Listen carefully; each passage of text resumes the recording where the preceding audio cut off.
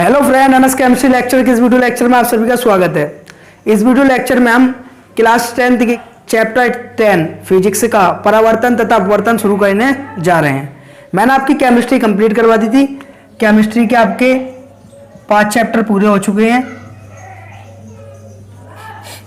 अब शुरू करने जा रहे हैं हम फिजिक्स। तो आज हम फिजिक्स का पहला चैप्टर शुरू करने जा रहे हैं। आपका फिजिक्स का पहला चैप्टर शुरू करने जा रहे हैं, प्रकाश का परावर्तन तथा अपवर्तन। तो पहला चैप्टर है आपका प्रकाश का परावर्तन तथा अपवर्तन, और ये वीडियो लेक्चर बहुत ही फंटास्टिक होने वाला है। तो शुरू करते हैं पहला चैप्टर, प्रकाश का परावर्तन तथा अपवर्तन। तो पहले बात करते हैं प्रकाश, यानी चैप्टर 10 है आपका प्रकाश का परावर्तन तथा अपवर्तन। फिजिक्स का पहला चैप्टर है, और अगर किताब के अकॉर्डिंग देखेंगे हम तो हमारा 10 चैप्टर है। कौन सा? प्रकाश का परावर्तन तथा अपवर्तन। तो सबसे पहले बात करते हैं प्रकाश की। तो प्रकाश किसे कहते हैं? तो प्रकाश वह बाह्य कारक है जिसके कारण हमें वस्तुएं दिखाई देती हैं। तो आपका प्रकाश एक प्रकार की ऊर्जा है। तो आपकी प्रकाश एक प्रकार की ऊर्जा है और वह बाह्य कारक है जिसके कारण हमें क्या होती हैं? वस्तुएं दिखाई देती हैं। जैसे एग्जाम्पल ले, हमने एक बंद कमरा ले लिया। क्या ले लिया? एक बंद कमरा ले लिया।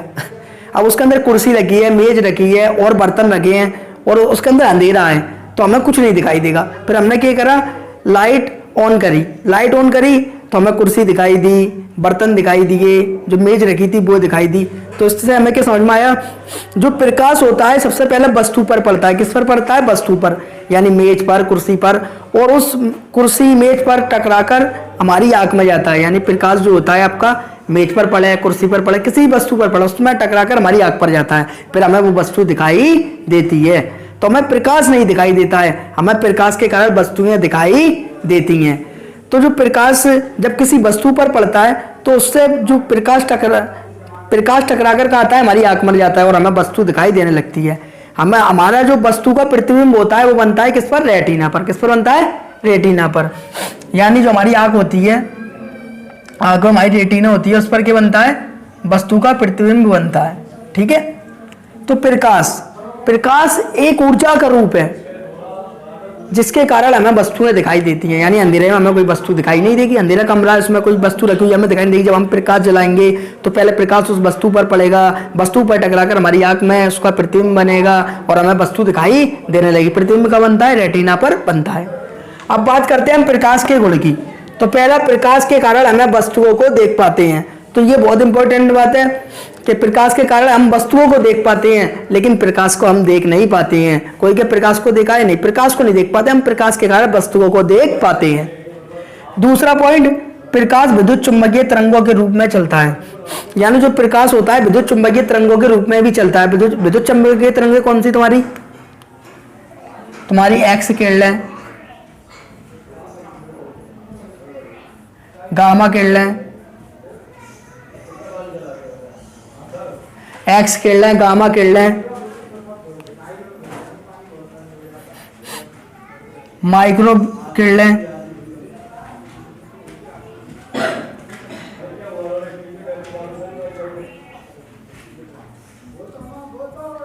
तो ये सब तुम्हारी क्या होती हैं?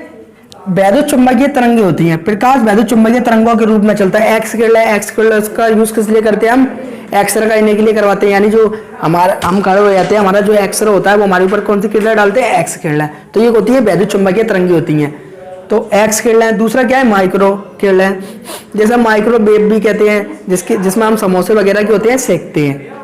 तो ये क्या है? दूसरा, प्रकाश विद्युत चुंबकीय तरंगों के रूप में भी चलता है। और आपने भी देखो रिमोट, तो जो रिमोट होता है, रिमोट और टीवी के बीच जो संपर्क होता है, यानी हम रिमोट से टीवी चलाते हैं, वो कौन सी किरणें होती हैं? वो भी क्या होती हैं? तुम्हारी वैद्युत चुंबकीय तरंगें ही होती हैं। तो दूसरा, प्रकाश वैद्युत चुंबकीय तरंगों के रूप में चलता है। तीसरा, प्रकाश के चलने के लिए किसी माध्यम की आवश्यकता नहीं होती है। यानी जो आपका प्रकाश होता है उसको चलने के लिए किसी माध्यम की आवश्यकता नहीं होती है। माध्यम क्या होता है? माध्यम तुम्हारा निर्वात भी हो सकता है, माध्यम तुम्हारा निर्वात भी हो सकता है, द्रव भी हो सकता है, गैस भी हो सकता है, ठोस भी हो सकता है, यानी आपका जो प्रकाश है सब में चलता है, ठोस में भी, गैस में भी, द्रव में भी, निर्वात में, सब में चलता है। यानी इसकी ये नहीं है कि केवल द्रव में ही चले, ठोस में नहीं चले, केवल गैस में ही चले, निर्वात में नहीं चले। प्रकाश आपका सभी माध्यमों में चलता है। जो आपके माध्यम होते हैं द्रव, गैस, ठोस, निर्वात। तो क्या है, प्रकाश को चलने के लिए किसी माध्यम की आवश्यकता नहीं होती है। तो ये तो हम समझ गए कि प्रकाश को चलने के लिए किसी माध्यम की आवश्यकता नहीं होती। प्रकाश सब में चलता है, निर्वात में भी, द्रव में भी, गैस में भी, ठोस में भी। लेकिन सबसे तेज किस में चलता है? तो आपका जो सबसे तेज प्रकाश चलता है वो चलता है आपका निर्वात में। किस में चलता है? निर्वात में। तो निर्वात में प्रकाश की चाल 3 गुणा 10⁸ मीटर प्रति सेकंड होती है। तो निर्वात में प्रकाश की चाल कितनी होती है? 3 गुणा 10⁸ मीटर प्रति सेकंड। निर्वात किसे कहते हैं? जहां वायु नहीं होती। तो सबसे ज्यादा तो जो आपका प्रकाश चलता है वो सबसे तेज किस में चलता है? निर्वात में। 3 गुणा 10⁸ मीटर प्रति सेकंड। अब जो मीटर है, मीटर को मैंने किलोमीटर में बदल लिया। किस में बदल लिया? किलोमीटर में। लिखा है 3 गुणा 10⁸ मीटर प्रति सेकंड। तो किलोमीटर में बदलने के लिए मैंने 1000 का भाग दे दिया। तो कितना रहेगा? 3 गुणा 10⁵ किलोमीटर प्रति सेकंड। तो मैंने क्या करा, ये मीटर था, मीटर में को मैंने किलोमीटर में बदल लिया, 1000 का भाग दे दिया। तो 3 घातें कम हो गई। 3 गुणा 10⁵ मीटर प्रति सेकंड, किलोमीटर प्रति सेकंड रह गया। अब आप जी क्या है जी होता है 10⁵ 1 लाख होता है। तो क्या हो गया? 3 लाख किलोमीटर प्रति सेकंड। तो प्रति सेकंड यानी आपका जो प्रकाश होता है 1 सेकंड में 3 लाख किलोमीटर दूरी तय करता है। कितनी करता है? 3 लाख किलोमीटर दूरी। तो प्रकाश की चाल कितनी तेज हो गई? आपको सोच सकते हो 3 लाख। तो आपका जो प्रकाश होता है 1 सेकंड में कितनी दूरी तय कर रहा है? 3 लाख किलोमीटर। अब हम कुछ सोच सकते हैं, जैसे हमें फिरोजाबाद से आगरा जाना है तो कितना है? 40 किलोमीटर है। 40 किलोमीटर जाने में 1 घंटा लगता है। तो 1 घंटे में 1 घंटे का टाइम लग रहा है कैसे? फिरोजाबाद से आगरा जाने में। और जो एक प्रकाश कितनी देर से चल रहा है? 1 सेकंड में 3 लाख किलोमीटर प्रति सेकंड दूरी तय कर रहा है। कितनी? 3 लाख किलोमीटर प्रति सेकंड। तो आपके प्रकाश की आप समझ गए होंगे कि 1 सेकंड में कितनी दूरी तय करता है? 3 लाख किलोमीटर। तो सबसे तेज जो चाल होती है प्रकाश की वो किसमें होती है? निर्वात में। तो प्रकाश निर्वात में प्रकाश की चाल 3 गुणा 10⁵ मीटर प्रति सेकंड होती है। 5 प्रकाश सीधी रेखा में चलता है। जो आपका प्रकाश होता है वो क्या होता है? सीधी रेखा में चलता है। यानी प्रकाश कैसे चलता है? एकदम सीधी रेखा में। प्रकाश कैसे चलता है? एकदम सीधी रेखा में चलता है। नंबर 6 प्रकाश का किसी तल से टकराकर वापस लौटना परावर्तन कहलाता है। यानी आपका ये कोई दर्पण है, दर्पण का मतलब शीशा है जिसमें हम चेहरा देखते हैं। तो शीशे की होती है, एक तरफ क्या कर दी जाती है? उसकी कलई कर दी जाती है। क्या कर दी जाती है? कलई। या पॉलिश, कोई चीज पॉलिश कर दी जिसमें हम चेहरा देखते हैं शीशे में। तो प्रकाश किरण आई तो इससे टकराकर क्या हो गई? वापस लौट गई। तो परावर्तन हम किसे कहते हैं? जब कोई प्रकाश किरण किसी तल से टकराकर वापस लौट आती है उसे हम क्या कहते हैं? परावर्तन कहते हैं। तो परावर्तन किसमें होता है? आपका दर्पण में। क्योंकि दर्पण क्या होता है? एक तरफ उसके पॉलिश कर दी जाती है और दूसरी से क्या होती है? प्रकाश किरण टकराकर क्या हो जाती है? आपकी वापस लौट आती है। तो ये 6 पॉइंट प्रकाश का किसी तल से टकराकर वापस लौटना क्या कहलाता है? आपका परावर्तन कहलाता है। जैसा आपका दर्पण, जो घर में शीशे होते हैं, चेहरा वगैरह देखते हैं, वो क्या होते हैं? दर्पण होते हैं। एक तरफ उनकी कलई कर दी जाती है, पॉलिश कर दी जाती है, एक तरफ हम क्या करते हैं? उसमें चेहरा आसानी से देख लेते हैं। तो जो आपकी प्रकाश किरण आई और इससे टकराई और टकरा कर के हो गई वापस लौट गई। तो प्रकाश किरण किसी तल से टकराकर जब वापस लौटती है उसे हम क्या कहते हैं? परावर्तन कहते हैं। अब बात करते हैं 7 पॉइंट की। जब प्रकाश एक पारदर्शी माध्यम से दूसरे पारदर्शी माध्यम में प्रवेश करता है तो उसे अपवर्तन कहते हैं। क्या कहते हैं? अपवर्तन। तो हम अपवर्तन किसे कहते हैं? यानी आपकी प्रकाश किरण है। क्या है? प्रकाश किरण। जैसे मैं चश्मा लगाया हूं, इमेजिन कर लें, तो चश्मे क्या हुआ? प्रकाश किरण आई। तो अभी माध्यम क्या है? वायु है। प्रकाश किरण आ रही है किसमें से आ रही है? वायु में से आ रही है। अब चश्मे से क्या हुई? मेरे प्रवेश करी तो माध्यम दूसरा क्या हो गया? कांच। कांच में से पानी निकल गई तो क्या हो गया जी? अपवर्तन हो गया। जैसे पानी या पानी, प्रकाश किरण किस में आ रही है? वायु में से आ रही है। वायु में से आके पानी के अंदर प्रवेश करी तो माध्यम दूसरा क्या हो गया? पानी। यानी वायु में से एक माध्यम वायु में से आई और दूसरे माध्यम किस में चले गई? आपके पानी में चले गई तो माध्यम क्या हो गया? दूसरा। यानी वायु में से आई और पानी में प्रवेश कर गई तो क्या हो गई? पार हो गई। इसे हम क्या कहेंगे? अपवर्तन कहेंगे। तीसरा एक और एग्जाम्पल, कांच का गिलास है। प्रकाश किरण आई वायु में से और कांच के गिलास में से क्या हो गई? पार कर गई तो ये क्या हो गया? आपका अपवर्तन हो गया। तो जब प्रकाश किरण एक माध्यम में आती है और दूसरे माध्यम में को पार कर जाती है उसे हम क्या कहते हैं? अपवर्तन कहते हैं। जैसे आपका ये क्या है, मैंने माना ये कांच है, क्या है, कांच, ठीक है जी, क्या है, कांच। प्रकाश किरण आई और आके परिवर्तित अपवर्तित हो गई, यानी प्रकाश किरण सीधी आई एक माध्यम से और दूसरे माध्यम में जाके क्या हो गई, अपवर्तित हो गई। इसे हम क्या कहते हैं, अपवर्तन कहते हैं। तो जब प्रकाश एक पारदर्शी माध्यम से दूसरी पारदर्शी माध्यम में प्रवेश करता है उसे हम क्या कहते हैं, अपवर्तन। एक माध्यम से दूसरे माध्यम में क्या निकल जाता है, पार। तो ये अपवर्तन किसमें होता है, तुम्हारा लेंस में। तो ये बात मोटी मोटी याद रखने की है। लेंस और दर्पण की आगे हम बिल्कुल बात करेंगे डीपली। दर्पण किसे कहते हैं, एक तरफ पॉलिश कर दी जाती है और दूसरी तरफ प्रकाश किरण टकराकर वापस लौटती है। जब प्रकाश किरण टकराकर वापस लौटती है उसे हम कहते हैं परावर्तन, और जब प्रकाश किरण पार निकल जाती है उसे हम बोलते हैं अपवर्तन। तो जो आपका परावर्तन होता है वो दर्पण में होता है और अपवर्तन होता है वो किस में होता है, लेंस में होता है। इसका आप स्क्रीनशॉट लिए, फिर बात करेंगे आगे हम किरणों के समूह की।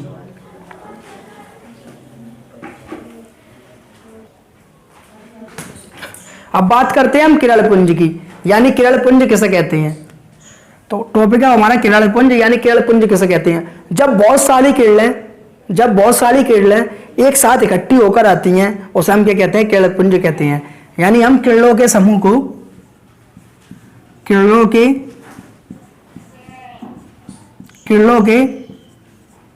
समूह को किरण पुंज कहते हैं। हम किरणों के समूह को किरण पुंज कहते हैं।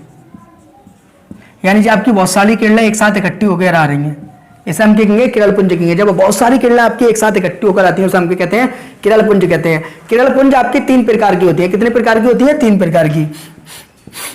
पहली होती है आपकी समांतर किरण पुंज, समांतर किरण पुंज। दूसरी होती है आपकी, पहली होती है समांतर किरण पुंज और दूसरी होती है आपकी अभिसारी किरण पुंज, अभिसारी किरण पुंज। और तीसरी होती है आपकी अपसारी किरण पुंज।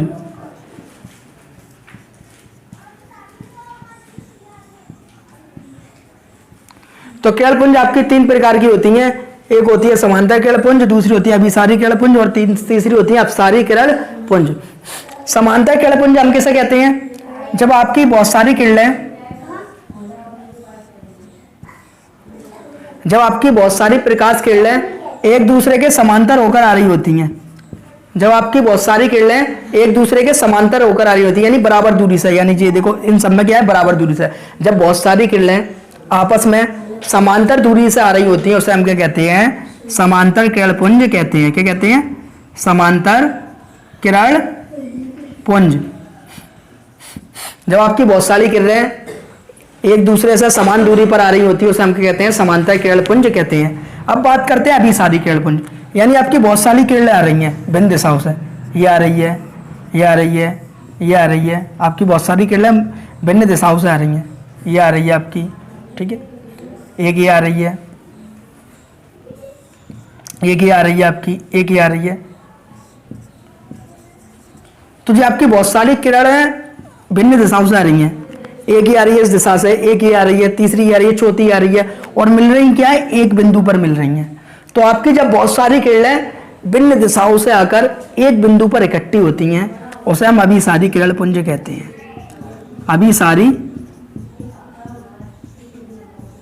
अभिसारी किरण पुंज।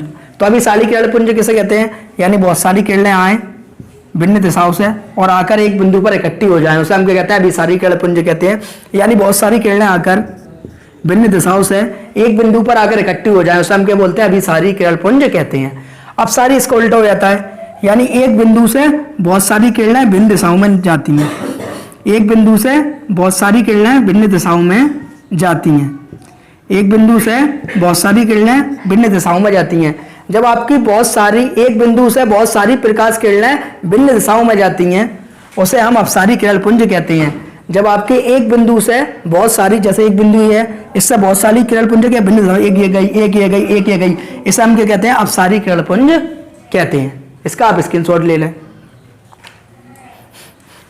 उम्मीद है आपको वीडियो अच्छी लगी होगी। वीडियो अच्छी लगी हो तो वीडियो को लाइक करें और हमारे चैनल को सब्सक्राइब करें और दोस्तों को शेयर करना ना भूलें। वीडियो बहुत मेहनत से बनती है, आप लोग सपोर्ट करें और अपने दोस्तों को शेयर करना ना भूलें। ऐसी वीडियो मैं आपके लिए लाता रहता हूँ। Thank you watching the video.